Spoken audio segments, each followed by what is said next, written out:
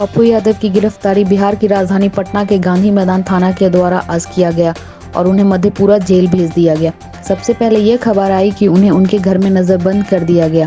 फिर खबर यह आई कि लगभग 32 साल पुराना केस जिसमें हाजिर नहीं होने के कारण बेल टूट गया था और 22 मार्च 2021 को पप्पू यादव के खिलाफ वारंट निकला था। उसी मामले में उनकी गिरफ्तारी हुई है और गिरफ्तारी उस वक्त हुई है जिसके एक दिन पहले भी पप्पू यादव पीएमसीएच घूम रहे थे ताकि लोगों को हेल्प मिल सके।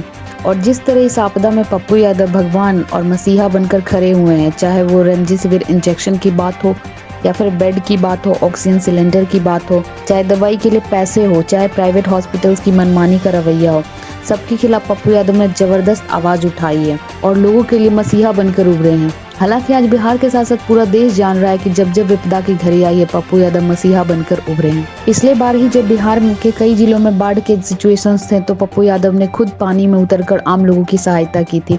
ऐसे कई किस्से हैं जहां ये लोगों के बीच में खड़े होते रहे। हालांकि पप्पू यादव के बारे में कहा जाता है कि इनकी एक आपराधिक छवि रही है, लेकिन उनकी छवि को अगर भुला दिया जाए और अभी का सिचुएशन देखा जाए तो ये एक सपोर्ट सिस्टम के रूप में उभरे हैं। राज्य की सरकार अगर इस तरह से काम करे तो काफी इम्प्रूवमेंट भी होगा। अब सवाल यह है कि 22 मार्च को यह वारंट निकलता है, लेकिन लगभग 1.5 महीने के बाद उनकी गिरफ्तारी होती है। वो भी कब? जब वो एक ऐसे मामले को उजागर करने की कोशिश करते हैं जिसमें राजीव प्रताप रूडी के घर पे पड़े 40 एम्बुलेंस की बात हो।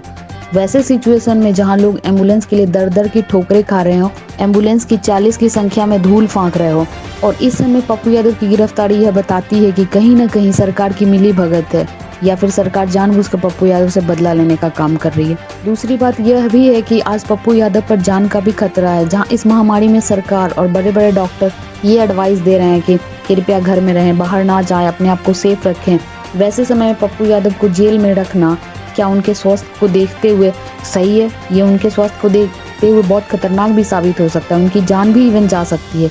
जैसा कि पप्पू यादव ने खुद कहा था कि जेल जाने के पहले गांधी मैदान थाना में उनकी टेस्टिंग हुई और वो नेगेटिव आया, ऐसा उन्होंने ट्वीट कर बताया। और उन्होंने यह गुहार भी लगाई कि आखिर सरकार मुझे क्यों मारना चाहती है। अभी इस समय मैं कहीं नहीं जाऊंगा, मैं कहीं नहीं भागूंगा, मुझे घर पर ही रहने दिया जाए। जब यह महामारी खत्म हो जाएगी उसके बाद मुझे गिरफ्तार करके जेल भेज दिया जाए। पर पता नहीं प्रशासन और सरकार पर क्या भूत सवार था कि उन्हें मधेपुरा जेल भेज दिया गया, जहां उनकी जान के लिए घातक भी हो सकता है।